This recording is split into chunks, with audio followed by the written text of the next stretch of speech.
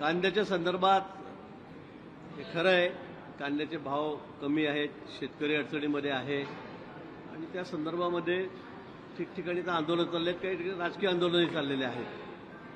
पण आपल्या सर्वांना कल्पना आहे, आम्ही 2-3-4-5 दिवसापासून केंद्राच्या संपर्कात आहोत. माननीय मुख्यमंत्री महोदय तर सध्या वारंवार दिल्लीशी बोलतायत आणि या संदर्भामध्ये काहीतरी तोडगा काढण्याचा प्रयत्न आमचा या ठिकाणी चाललेला आहे. उद्या माननीय अमित शहा आमचे माननीय गृहमंत्री यांच्याकडे आमची एक बैठक 5 वाजता ठेवण्यात आलेली आहे. माननीय मुख्यमंत्री महोदय त्या बैठकीला त्या ठिकाणी आहेत. माननीय दोन्ही उपमुख्यमंत्री त्या ठिकाणी आहेत. मी स्वतः त्या ठिकाणी जाणार आहेत. विखे पाटील साहेब आहेत, दादा भुसे आहेत, पणन मंत्री जयकुमार रावळ त्या ठिकाणी जाणार आहेत.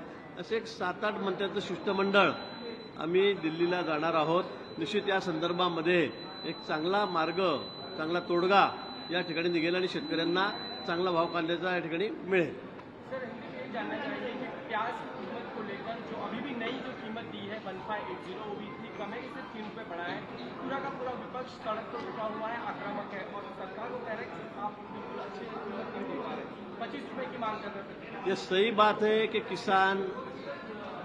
किसानों को प्याज का भाव नहीं मिल रहा है, भाव बहुत कम हो गए, मार्केट में टूट गए हैं और इसी को लेकर कल माननीय मुख्यमंत्री जी देवेंद्र जी फडणवीस की अध्यक्षता में दोनों उप मुख्यमंत्री हैं और हमारे पणन मंत्री जयकुमार जी है, रावल, मैं खुद वहाँ पर जा रहा हूँ, विखे पाटिल साहब है, दादा भुसे जी है और 2-3 मिनिस्टर, मतलब ऐसे 6-7 मिनिस्टर की टीम हमारी मुंबई दिल्ली जा रही है. माननीय देश के गृह मंत्री माननीय अमित शाह इनकी अध्यक्षता में वहाँ पर एक मीटिंग होने वाली है.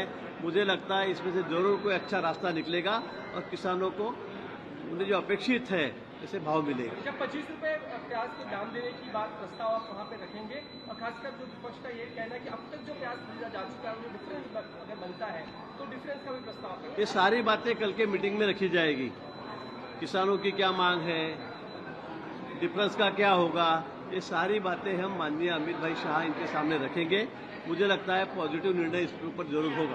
काही वेळापूर्वी गुलाबराव पाटील साहेब इथं आले होते आणि त्यांनी जळगावच्या विधान परिषदेचा दावा केला. जळगावच्या विधान परिषदेवर जो तुमचा हक्क आहे, भाजपकडे ती जागा आहे, पण आता त्यांचं म्हणणं आहे की आम्हाला ती हवी आहे. मला वाटतं जळगाव असेल किंवा 17 जागा आहेत महाराष्ट्रामध्ये, त्या संदर्भामध्ये वेगवेगळ्या जिल्ह्यामध्ये वेगवेगळे दावे होत आहेत, पण यामध्ये मेरिट बघितलं जाईल.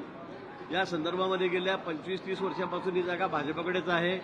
आमचं पूर्ण संख्याबळ त्या ठिकाणी आहे. आमची मागणी आणि अनेक ठिकाणी भाजपच पहिल्या नंबरवर आहे. पण मला असं वाटतं आम्ही महायुतीमध्ये आहोत. या संदर्भामध्ये माननीय मुख्यमंत्री देवेंद्रजी आहेत, माननीय आमचे शिंदे साहेब आहेत उपमुख्यमंत्री, माननीय आमच्या ताई आहेत मुख्यमंत्री पवारताई, हे या ठिकाणी बसून निर्णय करतील आणि यामधून सन्मान्य तोडगा या ठिकाणी निघेल. कुठेही आमच्यामध्ये वाद राहणार नाही. आम्ही महाविकास आघाडी महायुती म्हणून आम्ही या ठिकाणी सगळे लढणार आहोत. भाऊ, कांदा प्रश्नावरती विरोधक असं म्हणतात की कुठेतरी सत्ताधाऱ्यांना वेळ नाहीये कांदा प्रश्न सोडवण्यासाठी, त्या निवडणूक आहेत त्याकडेच लक्ष दिलं जातं. अजिबात नाहीये. कांद्याकडे आमचं पूर्ण लक्ष आहे. मला वाटतं कांद्या उत्पादक शेतकऱ्यांना ज्या वेळेला भाव तुटलेत, कमी झालेत, त्यावेळेला आम्ही जे मदत केलेली आहे, जे अनुदान दिलं असेल, कांद्याला भाव दिला असेल, तो आजपर्यंत तुमच्या सरकारने विरोधकांनी कधी सत्तेत असताना दिलेला नाही. आपण सगळं कॅल्क्युलेशन मी करून तुम्हाला सांगतो की आतापर्यंत कांदा उत्पादक शेतकऱ्यांना सरकारने किती मदत केलेली आहे आणि म्हणून या म्हणण्यामध्ये कुठलंही तथ्य नाही. उद्या पुन्हा आम्ही दिल्लीला जात आहोत. माननीय अमित शाह यांच्या अध्यक्षतेखाली बैठक आहे. निश्चित यामध्ये एक सन्मान्य तोडगा त्या ठिकाणी निघेल आणि शेतकऱ्यांना न्याय मिळेल. पालघरच्या पोटनिवडणुकीची तुम्ही गाजवली होती. आता चर्चा अशी येते की एकनाथ शिंदे भाजपचे विरोधक असणाऱ्या हितेंद्र कापूर या कंपनींना स्वतःकडे घेऊ पाहत आहेत आणि नवीन राजकारण मांडू पाहत आहेत. याचा खरंच कॅल्क्युलेशन काय होईल की मित्रपक्षात आपल्या तुमच्या भाजपच्या विरोधातल्या जवळ करू पाहतो. आपण बघताय अलीकडच्या काळामध्ये काही वर्षामध्ये अनेक लोक जे वारंवार विरोधामध्ये होते ते आता आमच्या पक्षामध्ये येत आहेत, महायुतीमध्ये येत आहेत, कधी शिंदे साहेबांकडे जात आहेत, कधी आमच्याकडे येत आहेत. ते चालणार आहे. तर काही कायमस्वरूपी आमचा विरोध असेल विषय नाही. पण आता शिंदे साहेब कुणाला घेत आहेत, कुणाला नाही, या बाबतीत मला कुठलीही कल्पना नाही. हा त्यांचा प्रश्न आहे, त्यांच्या पक्षाचा प्रश्न आहे. सर, मुस्लिम पर्सनल लॉ बोर्ड के उपाध्यक्ष उन्होंने एक पत्र लिखा हुआ है अध्यक्ष को मुस्लिम पर्सनल लॉ बोर्ड के. उनका ये कहना है कि वंदे मातरम जो है जबरदस्ती एक तरह से थोपा जा रहा है पश्चिम बंगाल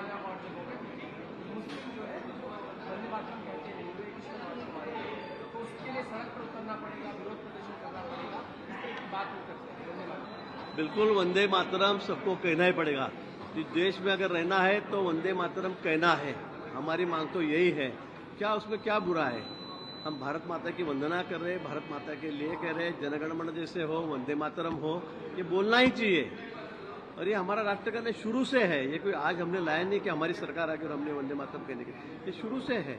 तो इसलिए मुझे ऐसे लगता है कोई कुछ भी लिखो, कोई भी सड़क पे उतरो, वंदे मातरम सभी को कहना ही होगा। एक दूसरा सवाल है सर, खासकर मीरा रोड और बाकी जगह, मीरा रोड में एक सोसाइटी में बकरे को लेकर किस तरह से झगड़ा बढ़ा है कि हिंदू और मुस्लिम पक्षों में वहाँ पे तनाव है और कई जगहों पे हमले भी हुए, घटनाएं हैं। तो खासकर ऐसे घटनाओं के बारे में क्या कहना है आपको? नहीं, मुझे ऐसे लगता है कि कोई भी कॉलोनी में हो, सोसाइटी में हो, अपने फ्लैट में हो, बकरे मारने की इजाजत नहीं है। हर साल इस पर झगड़े होते हैं। इसे कानून में इसे कोई अलाउ ही नहीं है, तो ऐसा करना ही नहीं चाहिए। अगर कोई ऐसा कहता है, करता है, तो उस पर सख्त से सख्त कार्रवाई की जाएगी। सर, या दिल्लीची बैठक आहे या बैठकीमध्ये अनेक विषय असतात, मात्र विधान परिषदेमध्ये जी काही रस्सीखेच सुरू आहे त्याची चर्चा देखील त्या बैठकीत होईल का? कारण अनेक जागांवरचा तिढा हा अद्याप कायम आहे। मला वाटतं की फार काही तिढा नाहीये, तो लवकरच आजकालमध्ये सुटेल। आणि उद्याची जी बैठक आहे अमित भाई शहांकडे मान्य आमच्या नेत्यांकडे, ती फक्त कांदा विषयावर आहे। इथे कुठेही आमदारकीच्या जागा कुणाला सोडायच्या, कुठे सोडायच्या, हा त्या बैठकीचा विषय नाही, आमचा विषय तर अजिबात नाही। एकनाथ शिंदे पण नुकतेच दिल्लीला जाऊन आलेले आहेत, अमित शहांचीच बैठक घेऊन आलेले आहेत। का त्यांना वारंवार दिल्लीला जावं लागतंय आणि इथल्या इथे नेतृत्वामध्ये सुटत नाहीये म्हणून दिल्लीवारी करावी लागते? मला वाटतं अनेक प्रश्न आहेत राज्यातले, ते खूप मोठे मोठे खात्याचे मंत्री आहेत, त्यामुळे विविध प्रश्न असतील ना, वेगवेगळे प्रश्न असतील। काही इलेक्शनसाठीच ते गेले आणि इलेक्शनच्या विषयावरच गेले असं समजण्याचं अजिबात कारण नाही। नाशिकमध्ये किंवा कांदा प्रश्न जो पेटलेला आहे त्यावरनं ज्या ठिकाणी विरोधक आंदोलन करतायत, विरोधकांमधले जे नेते आहेत त्यांना आता ताब्यात घेतलं जात आहे, महागाई वाढलेली आहे आणि त्याविरोधात आक्रमक। आणि मला असं वाटतं की विरोधकही बघा, म्हणजे विरोधकांना वाटतं की उद्या काहीतरी तोडगा या विषयावर निघणार आहे। सगळं शिष्टमंडळ माननीय मुख्यमंत्री जो उद्याच्या दिवशी दिल्लीला जाणार आहे आणि त्यामुळे त्यांना क्रेडिट घेण्याचा प्रयत्न करतायत, केविलवाणा प्रयत्न आहे त्यांचा। मी हेच विचारेल की तुमचं सरकार असताना तुम्ही कांदा उत्पादक शेतकऱ्यांना अडचणीत असताना किती मदत केली ती तुम्ही सांगावी।